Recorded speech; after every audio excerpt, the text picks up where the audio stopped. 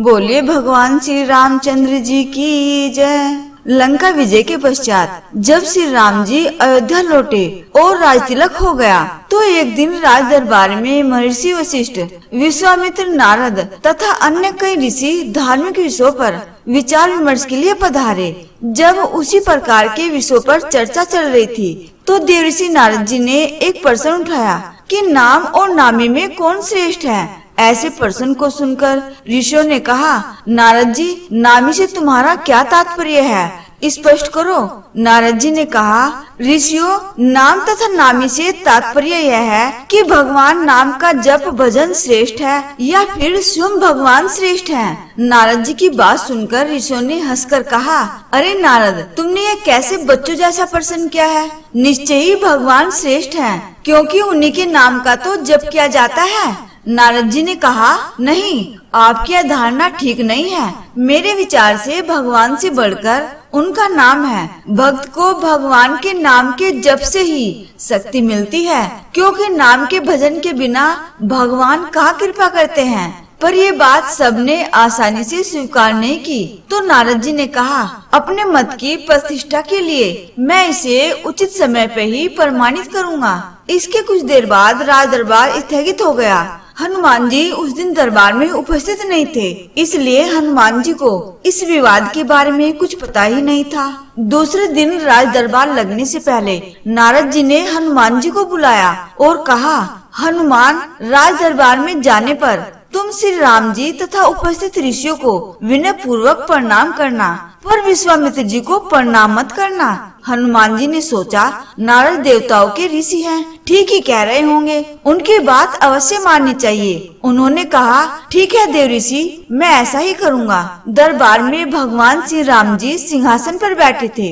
मंत्री तथा ऋषि आदि भी अपने अपने आसन पर विराजमान थे। थोड़ी ही देर में हनुमान जी आए, भगवान श्री राम जी के चरणों में प्रणाम किया, फिर ऋषियों को चरण स्पर्श कर प्रणाम किया, फिर उन्हीं के बीच बैठे विश्वामित्र जी को न तो उन्होंने प्रणाम किया और न किसी प्रकार का आदर भाव दिखाया। हनुमान जी के इस व्यवहार से विश्वामित्र जी ने अपने को बड़ा अपमानित समझा। वे राजा तथा ऋषियों के बीच इस प्रकार अपनी उपेक्षा तथा अपमान को सहन न कर सके। तत्कालिक क्रोध में उठ खड़े हुए और श्री राम जी से बोले, श्री राम, तुमने अपने इस मुँह लगे सेवक की दृष्टा देखी। भरे दरबार में इसने किस प्रकार मेरी उपेक्षा की तथा उद्धत भाव से मेरा अपमान किया। श्री राम जी ने कहा, गुरुदेव शांत हो जाइए, मैं हनुमान से इस दृष्टा का कारण पूछूंगा। विश्वामित्र जी का क्रोध शांत नहीं हुआ। उन्होंने कहा, यह तो आपने प्रत्यक्ष देखा, पूछने की क्या आवश्यकता है। अस्त्र शस्त्र के क्षेत्र में मैं तुम्हारा गुरु रहा हूँ, यह गुरु आज्ञा है, इसे दंड दीजिए। नारद जी ने भी विश्वामित्र जी की हाँ में हाँ मिलाई तथा कहा, भगवान विश्वामित्र ठीक कहते हैं, हनुमान ने इनका प्रत्यक्ष अपमान किया है, आपके उद्दंड सेवक को दंड मिलना चाहिए। नारद जी की बात सुनकर हनुमान जी असमंजस में पड़ गए। भरे दरबार में अपनी स्थिति देखकर कुछ बोल तो न सके, पर सोचने लग गए कि जिस नारद जी के कहने से मैंने ऐसा किया, वही नारद जी अब मेरा बचाव न करके मुझे दंड देने की बात में सहमति जता रहे हैं। नारद जी का यह चरित्र समझ में नहीं आता।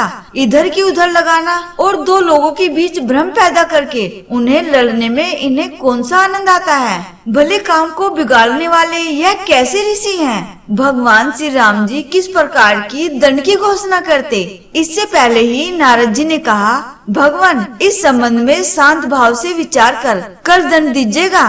उत्तेजित अवस्था में अभी इस समय हनुमान को दंड देना उचित नहीं। सबने इस सुझाव को स्वीकार किया और सभा स्थगित हो गई।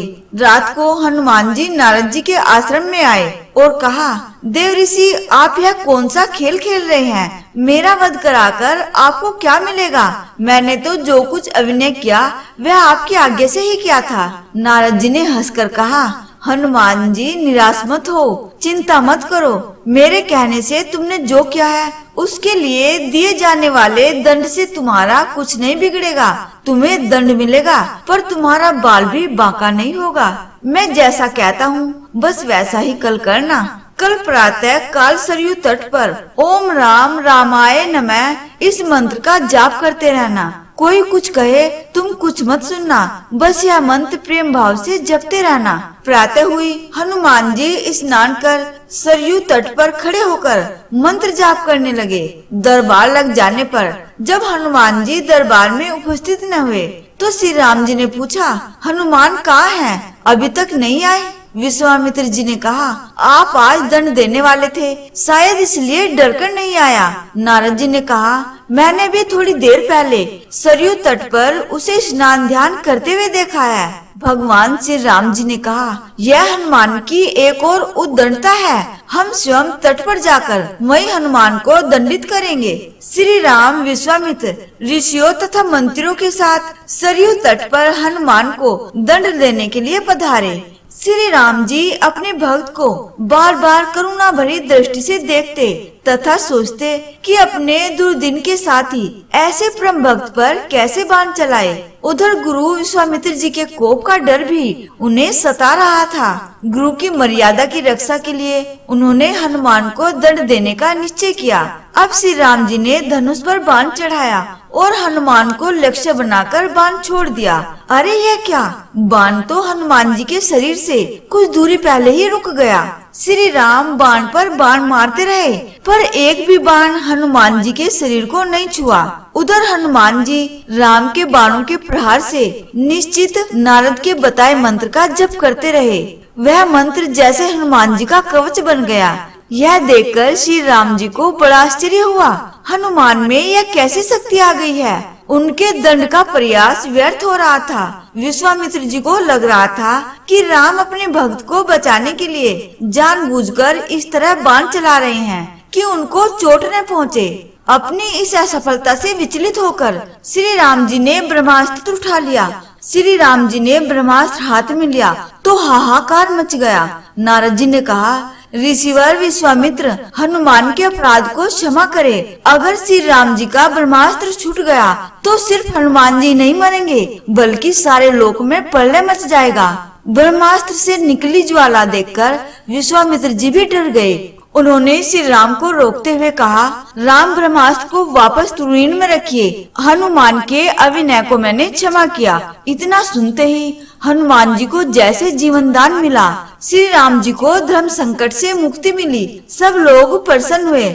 हनुमान जी ने आकर विश्वामित्र जी से क्षमा मांगी और नारद जी की ओर देखा। नारद जी ने हंसकर कहा, प्रभु इसका कारण मैं हूँ। मैंने कहा था ना, भगवान से बढ़कर भगवान का नाम जपना श्रेष्ठ है। उसे मैंने प्रत्यक्ष सिद्ध कर दिया।